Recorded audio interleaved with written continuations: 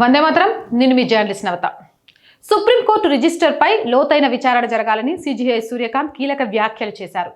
Supreme court registry పనితీరుపై ప్రధాన న్యాయమూర్తి సూర్యకాంత్ చేసిన వ్యాఖ్యలు న్యాయ వ్యవస్థలో పెద్ద చర్చకు దారితీశాయి.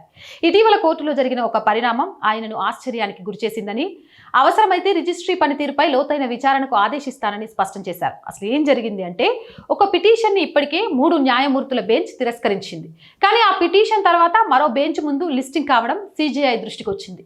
ఇది సాధారణ ప్రక్రియకు విరుద్ధంగా కనిపించడంతో ఆయన తీవ్ర అసంతృప్తి వ్యక్తం చేశారు.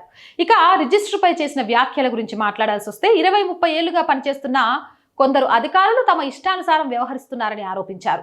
జడ్జిల తాత్కాలికం, మేము శాశ్వతం అనే భావనతో వ్యవస్థను ప్రభావితం చేయడం సరైంది కాదని సూచించారు. న్యాయ వ్యవస్థలో పారదర్శకత, క్రమబద్ధత అత్యంత అవసరమని హైలైట్ చేశారు.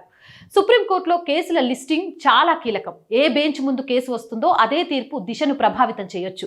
రిజిస్ట్రీ స్వతంత్రంగా కాకుండా నియమ నిబంధనల ప్రకారం పనిచేయాలి అనే సందేశం ఉంది. న్యాయ వ్యవస్థలో బాధ్యతాయుత వ్యవహారం పెంచడానికి ఈ వ్యాఖ్యలు ఒక హెచ్చరికగా భావిస్తున్నారు. తాను పదవి వీడేలోపు ఈ సమస్యను సరిచేయకపోతే తన బాధ్యతను నిర్వర్తించలేదనే భావన కలుగుతుందని తెలిపారు. అంటే రాబోయే రోజుల్లో సుప్రీంకోర్టు రిజిస్ట్రీలో మరిన్ని సంస్కరణలు వచ్చే అవకాశం ఉందని చాలా క్లియర్ గా అర్థమవుతుంది. ఇలాంటి మంచి సంస్కరణలు రావాల్సిన అవసరం కూడా ఉంది. మరి మీరేమంటారు? మీ అభిప్రాయం ఏంటి? కామెంట్ సెక్షన్ లో పెట్టండి. మోర్ వీడియోస్ కోసం our group of channels, our voice, our political, our సంస్కృతి 3 ఛానల్స్ ని సబ్స్క్రైబ్ చేయండి. కంటెంట్ బాగుంది అనిపిస్తే లైక్ చేయండి, షేర్ చేయండి. ఆర్థికంగా ఆర్ వాయిస్ కి మీకు తోచిన సహాయం చేయడం ద్వారా ఈ ఛానల్ ని నిలబెట్టండి.